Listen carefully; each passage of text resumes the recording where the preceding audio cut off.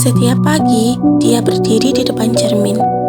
Tapi bukan untuk bersiap memulai hari, melainkan untuk menghakimi dirinya sendiri. Pahaku terlalu besar. Aku harus kurus. Kalimat-kalimat itu berputar di kepalanya jauh lebih nyaring dari suara siapapun. Bagi kita, itu hanya tubuh. Tapi bagi sebagian orang, tubuh adalah musuh. Dan makan bukan lagi kebutuhan, melainkan pertempuran. Tapi, apa sebenarnya yang sedang mereka hadapi? Apa yang terjadi sampai seseorang takut makan? Gangguan makan adalah kondisi psikologis serius yang mengubah cara seseorang berpikir tentang makanan, tubuhnya, dan harga dirinya. Ini bukan soal ingin langsing, bukan pula soal ingin sehat. Ini tentang luka, tentang rasa malu yang tumbuh diam-diam, lalu berubah menjadi cara menghukum diri. Orang yang mengalaminya bisa sangat membatasi makan, bisa juga makan secara berlebihan, dan kemudian merasa jijik dengan dirinya sendiri. Mereka tersenyum, mereka tertawa, tapi dalam hati mereka berperang. Setiap orang menyimpan cerita yang berbeda, tapi luka ini sering muncul dalam 3 bentuk utama. 3 wajah berbeda dari satu rasa sakit yang sama, yaitu kehilangan kendali atas tubuh dan rasa percaya diri yang hancur pelan-pelan. Pertama, anoreksia nervosa. Ini adalah gangguan makan yang ditandai dengan pembatasan makan secara ekstrim. Penderita memiliki ketakutan berlebih terhadap kenaikan berat badan dan citra tubuh yang sangat menyimpang.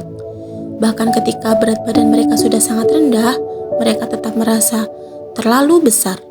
Anoreksia bisa membuat seseorang menolak makan, melewatkan waktu makan, dan berolahraga secara kompulsif untuk menurunkan berat badan. Yang kedua, bulimia nervosa. Orang dengan gangguan ini mengalami siklus makan dalam jumlah besar, lalu langsung mencoba menghapusnya. Biasanya dengan memuntahkan makanan secara paksa atau berolahraga secara berlebihan. Bulimia sering tersembunyi karena berat badan penderitanya bisa tampak normal. Tapi dalam diam mereka menyiksa diri, penuh rasa malu, dan kehilangan kendali. Dan yang ketiga, binge eating disorder. Gangguan ini ditandai dengan makan dalam jumlah besar secara cepat dan tidak terkendali, seringkali disertai rasa emosional yang berat. Tidak ada tindakan kompensasi setelahnya seperti pada bulimia. Setelah makan, penderita merasa bersalah, jijik, bahkan benci pada dirinya sendiri. Gangguan ini adalah salah satu yang paling umum dan seringkali tidak disadari oleh orang di sekitarnya. Menurut WHO, lebih dari 70 juta orang di seluruh dunia mengalami gangguan makan.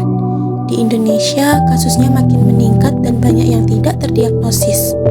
Karena mereka terlihat baik-baik saja, dan karena masyarakat lebih sibuk menilai tubuh, bukan memahami isi hati.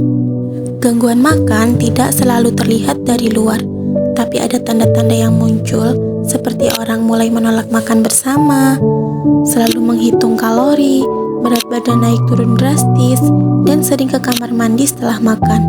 Kalau terus dibiarkan, dampaknya bukan hanya pada tubuh, tapi juga jiwa.